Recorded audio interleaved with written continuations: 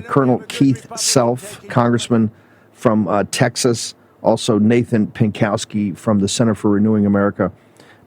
Colonel, first off, I want to thank you for all your leadership in this effort. You're in the Sharia, America Sharia Free Caucus in the House, but you've been one of the leaders in Texas of getting people focused on prohibiting Sharia law and this expansion, really, I'd say, Islamic invasion of Texas.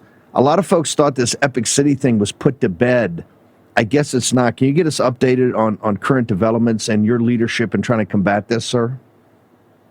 Well, there's a judge down in Austin that has made a decision that the Texas Workforce Commission must relook the issue.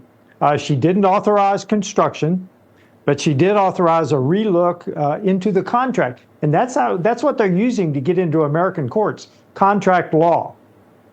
But look, we have a project that was just released that says Epic in Plano, the Epic Mosque, attached to Epic City, which is the 400-acre compound out in eastern Collin County, is basically a money laundering scheme.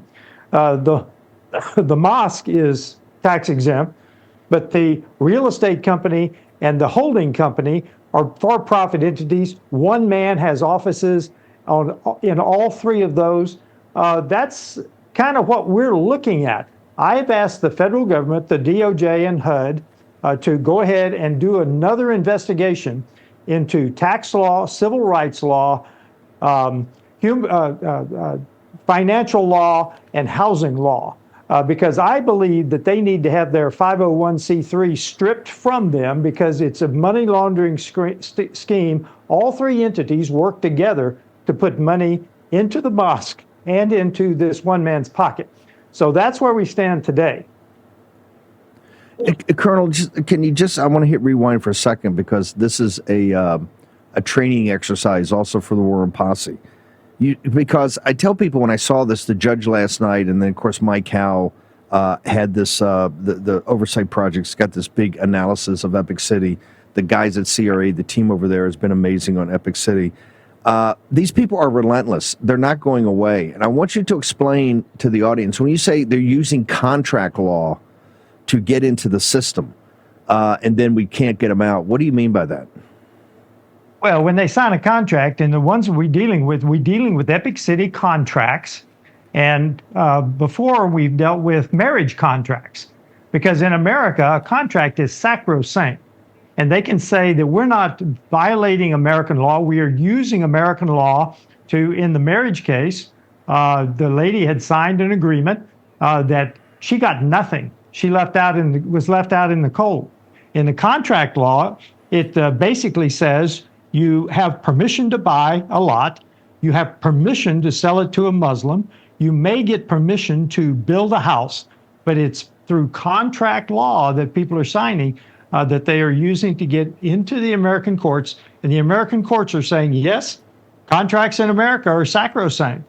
There is nothing religious about this. It is contract law that they're using to get into the American courts. One more time, you're going to the Trump administration to specifically ask for what so that we can get this project terminated?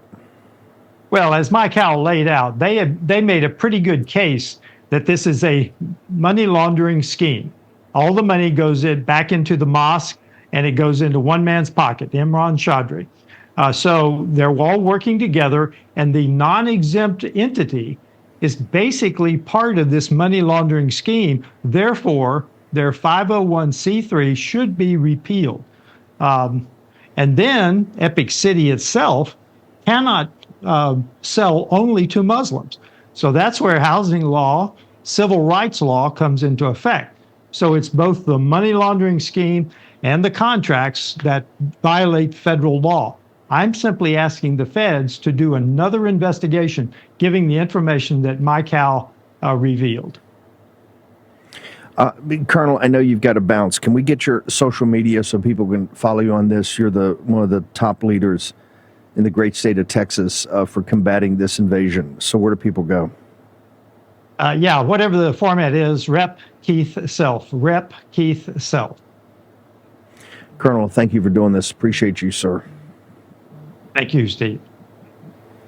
It was Colonel Self that actually, about a year ago, it was in the summer at Patriot Mobile. We had a big meeting of all the grassroots leaders, and he was very specific of what needed to be focused on, or we're going to lose Texas. And that's why I keep saying Colonel Self, given his 20 or 30 years in the military, in the U.S. Army, dealing with this,